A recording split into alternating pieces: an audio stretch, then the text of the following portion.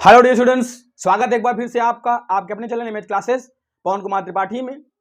और मैं हूं पवन कुमार त्रिपाठी और आज उपस्थित हूं आपके सामने लेकर के अग्रपूजा की अगली और अंतिम कड़ी, जिसमें मैं आपको अग्रपूजा खंड काव्य के 5वें और 6वें सर्ग की कहानी आपको बताऊंगा। बहुत छोटा वीडियो है। मैं चाहता तो 6 सर्ग को इकट्ठा बना सकता था बच्चों, लेकिन जब वीडियो बड़ा होता है तो बच्चा देखने में आलसपन करता है, इसीलिए हम छोटे छोटे वीडियो बना रहे हैं ताकि आपको देखने में तकलीफ ना हो और 5 मिनट में आप पूरे कथा वस्तु को अच्छे समझ जाएं। तो ये जो आज का जो ये 5वां सर्ग है वो है राजसूय यज्ञ। मैंने आपको बताया था पिछले वीडियो में कि प्रस्थान में भगवान श्री कृष्ण वहां पर इंद्रप्रस्थ पहुंच जाते हैं।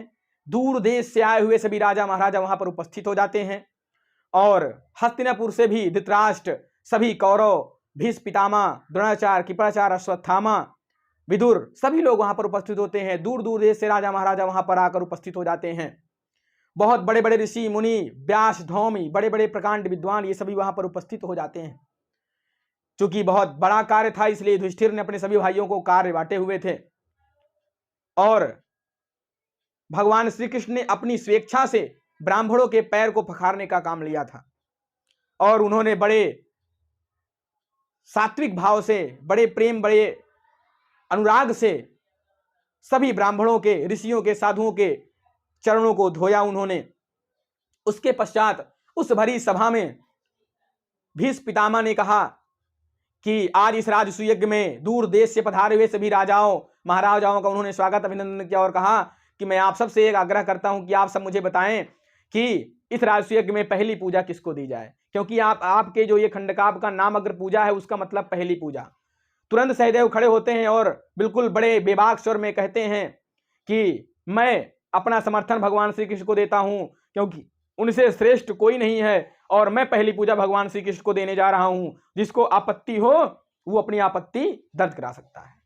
सभी लोगों ने एक मत होकर के भगवान भीष्म पितामह और सहदेव का समर्थन किया, लेकिन वहीं पर उपस्थित रुक्मणी का भाई रुक्मण और शिशुपाल, जो कि भगवान श्री कृष्ण की चचेरी बुआ का लड़का है, उन्होंने भगवान श्री कृष्ण का विरोध करना शुरू कर दिया।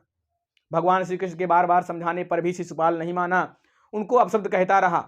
अपनी बुआ को दिए गए वचन के तहत भगवान श्री कृष्ण ने शिशुपाल के 100 पापों को क्षमा करने का जो वचन दिया था उसको निभाते हुए वो चुप रहते हैं। भगवान कहीं यहां पहुंचते हैं, प्रकट होकर कहीं वहां पहुंच जाते हैं। शिशुपाल अस्त्र लेकर के उनके पीछे उनको मारने के लिए दौड़ता है, लेकिन कृपालु भगवान श्री कृष्ण उसके साथ लीला करते हैं और शिशुपाल उनके पीछे पीछे दौड़ता रहता है।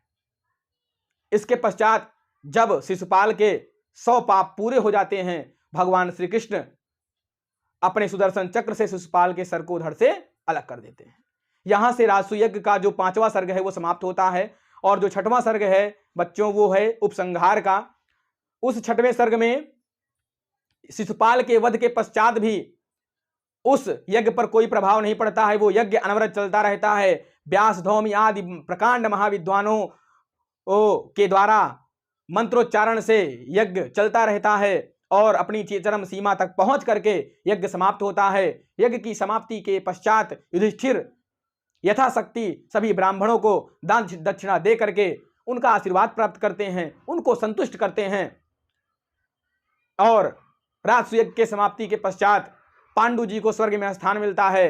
वो कोटि कोटि आशीर्वाद देते हैं पांडवों को।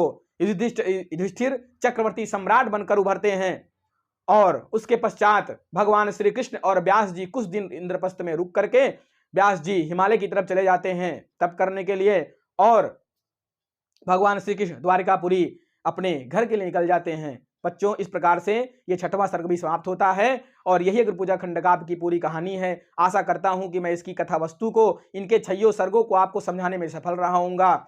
और अगर आपका कोई सुझाव हो तो कमेंट बॉक्स में सुझाव जरूर करें, लाइक जरूर करें, इसको शेयर करें अपने साथियों को, अपनी तरह जरूरतमंद बच्चों को आप इसको जरूर पहुंचाएं। अगले वीडियो में मैं आपको अब एक वीडियो ऐसा बनाने वाला हूं जिसमें मैं आपको बताऊंगा कि हिंदी में आपको क्या पढ़ना है, क्या नहीं पढ़ना। अगर जो आप उस वीडियो को देख लेंगे तो मैं ये विश्वास दिलाता हूं कि 100% आपके 95 नंबर आने में कोई रोक नहीं सकता है।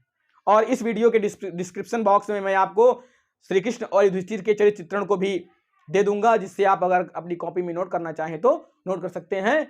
इसी आशा के साथ मैं अपने शब्दों को समाप्त करते हुए आपसे निवेदन करता हूं कि अगर अभी तक आपने हमारे चैनल को सब्सक्राइब नहीं किया है तो सब्सक्राइब करें मैथ क्लासेस बाय पवन त्रिपाठी को, लाइक करें, शेयर करें, कमेंट बॉक्स में जरूर कमेंट करें, बेल आइकन को हिट करना ना भूलें ताकि हमारे चैनल के सभी वीडियोज की पहली नोटिफिकेशन आप तक पहुंच सके। तब तक के लिए आप सबका बहुत बहुत धन्यवाद। जय हिंद, जय भारत।